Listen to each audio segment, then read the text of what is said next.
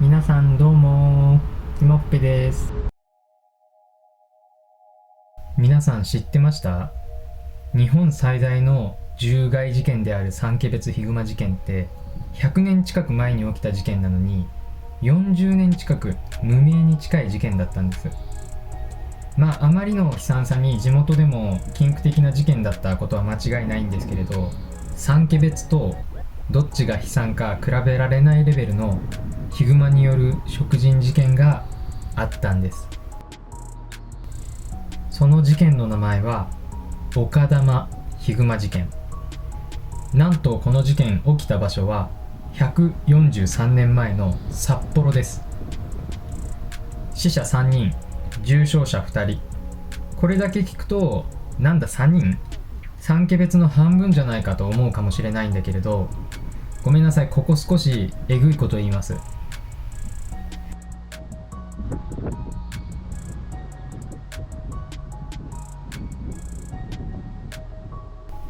食べられた男性と子供、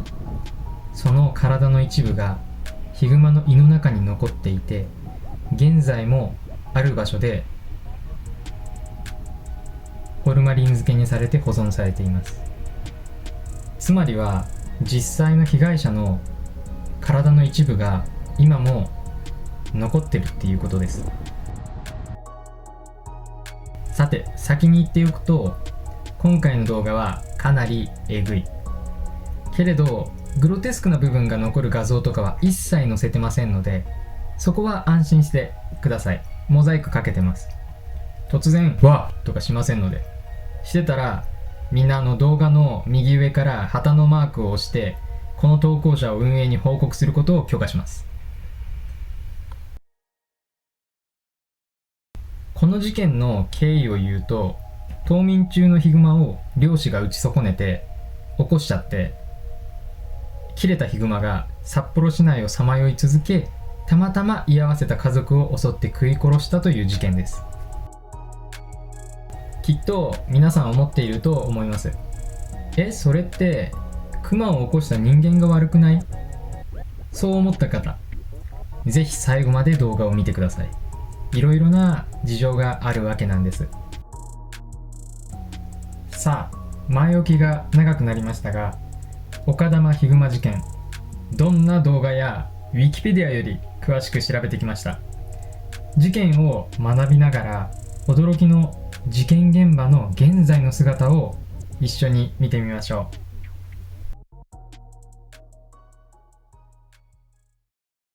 う。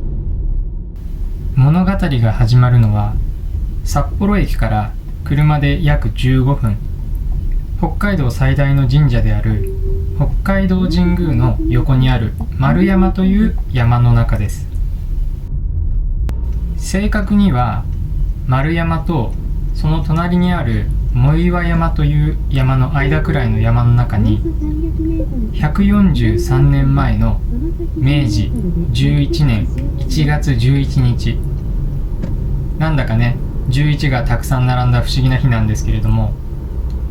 蛭子勝太郎という猟師がヒグマを撃ちに真冬の山の中に銃を持って入っていきます。勝太郎は丸山と藻岩山の中間くらいの場所で一頭の冬眠しているヒグマを発見します。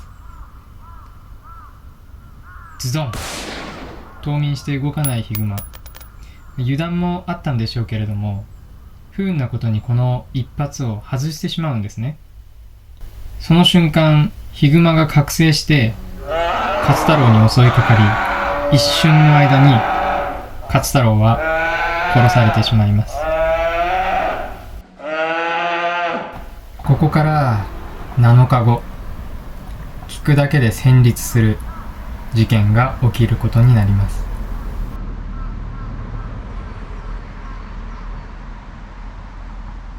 と、その前に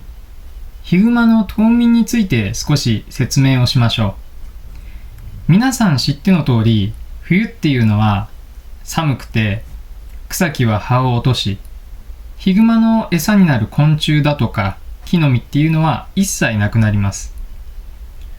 そうなると、そんな中歩き回っていても何もないわけなので、無駄にエネルギーを使って最悪ヒグマは死んでしまうんですね。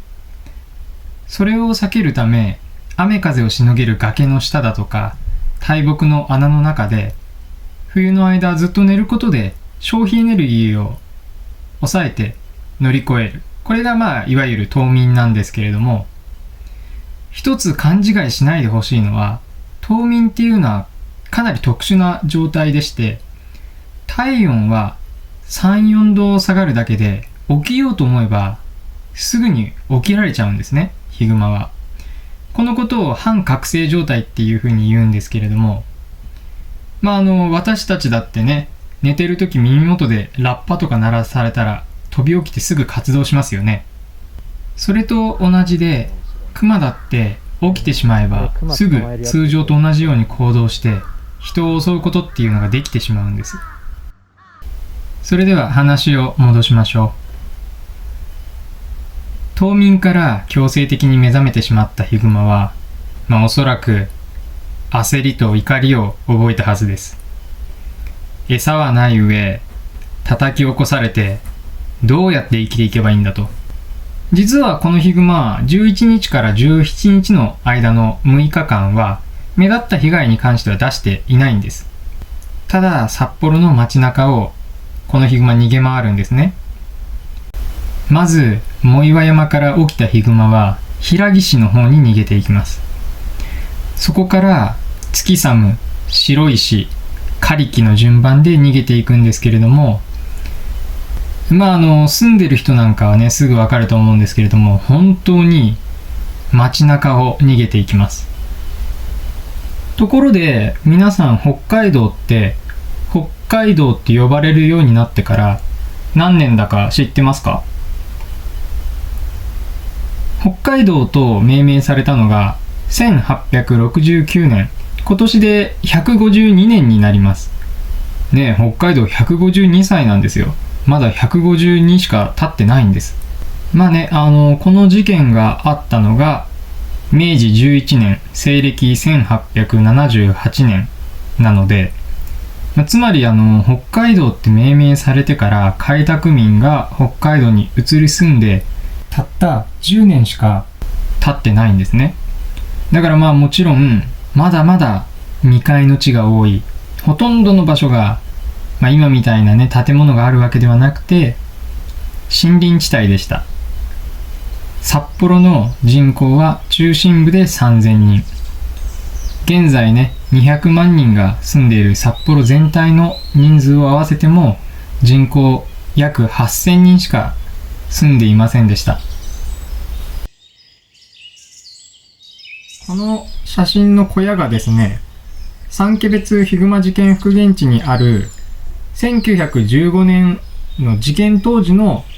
開拓民が住んでいた小屋を復元した開拓小屋になります。この開拓小屋を説明するにあたってとてもいいコメントを三毛別ヒグマ動画の方でもらったのでちょっと紹介すると、バンドリーコリコさんが防御力5くらいだねって言って、それに対して桜木さんが5もないんじゃないかなって言っているんだけど、じゃあこの丘珠ヒグマ事件1878年当時の開拓小屋ってどんなのか知ってますか？防御力何くらいありそうですかね。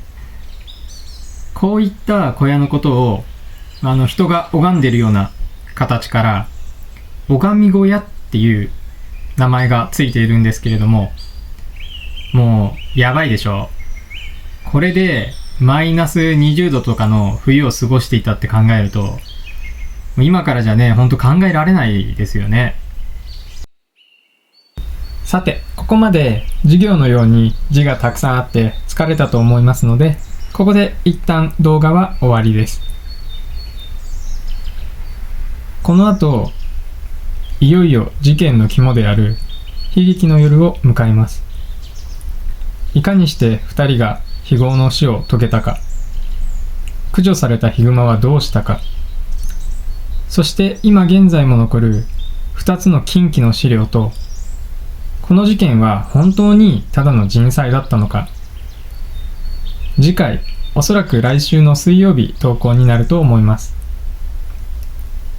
それまで皆さんどうぞお体気をつけてお過ごしください。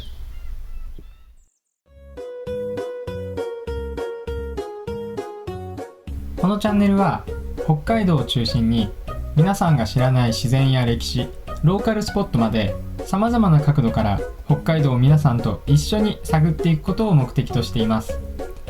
動画を見ることで皆さんがもっともっと北海道を好きになってもらえるよう頑張りますので、チャンネル登録の方ぜひよろしくお願いします。